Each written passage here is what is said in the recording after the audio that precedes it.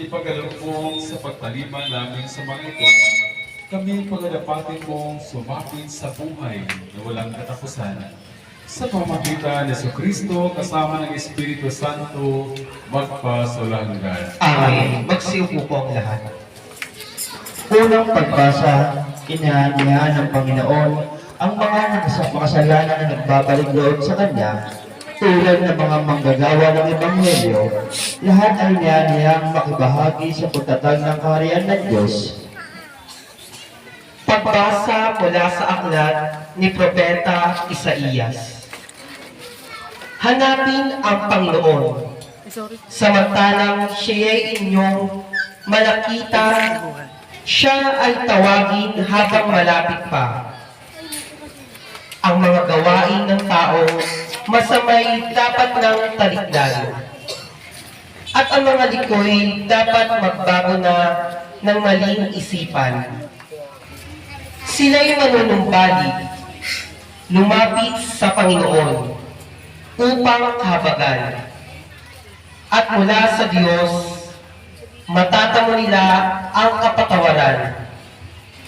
Ang wika ng Panginoon, ang aking isipay di ninyo isipan, at magkaiba ang dating daan. Kung paano ang langit higit na mataas, mataas sa lupa, ang daat isip ko'y hindi maabot ng inyong akala. Ang salita ng Diyos. Salamat sa Diyos. Diyos ay tapat at totoo sa dumadalangin tao. Diyos ay tapat at totoo sa dumadalangin ng tao. Aking pupurihin pasasalamatan ang Diyos araw-araw. Di ako titigil ng pasasalamat magpakailanman. Dakila ang poon at karapat-dapat na siya'y purihin. Ang kadakilaan niya ay mahirap natin unawain.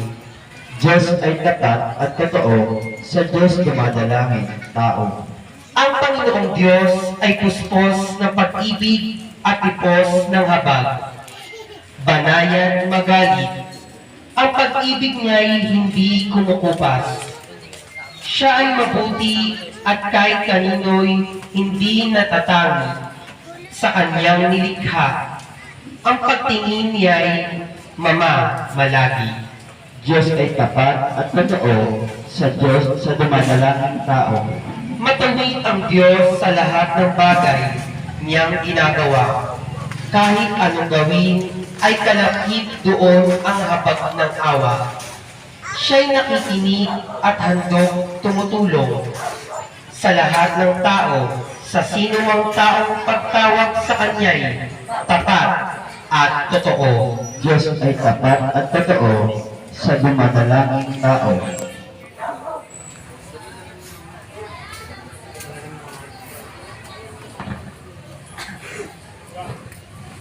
Ikalawang pagbasa, dito man sa lupa o sa kabilang buhay, panatag si Apostol San Pablo, nakapiling niya si Kristo, at sa tapat sa kanya ito. Pagbasa mula sa sulat ni Apostol San Pablo sa mga taga-Pilipos. Mga kapatid, ang aking pinakananais ay sa mabuhay o sa mamatay. Mabigyan ka ng karangalan si Kristo. Sapagkat para sa akin si Kristo ang buhay, at dahil dito'y pakinabangan ang kamatayan. Ngunit kung sa pananatili kong buhay ay makakagawa ako ng mabubuting bagay, hindi ko malaman ngayon kung alin ang aking pipiliin sa dalawang hangarin. Ang ibig ko'y pumanaw na sa buhay na ito upang makapiling ni Kristo. Yamang ito ang lalong mabuti para sa akin. Sa kabilang dako, kung mananatili akong buhay, ay makakabuti naman sa inyo.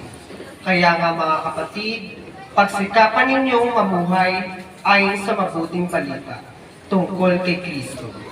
Ang salita ng Diyos. Salamat sa Diyos. Magsitayo na po ang lahat at magbigay galang para sa Ebanghelyo ng ating Panginoon.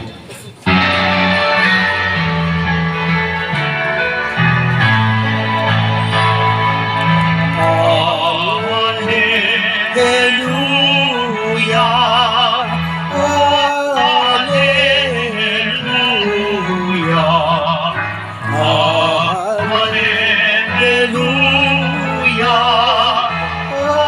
Hallelujah.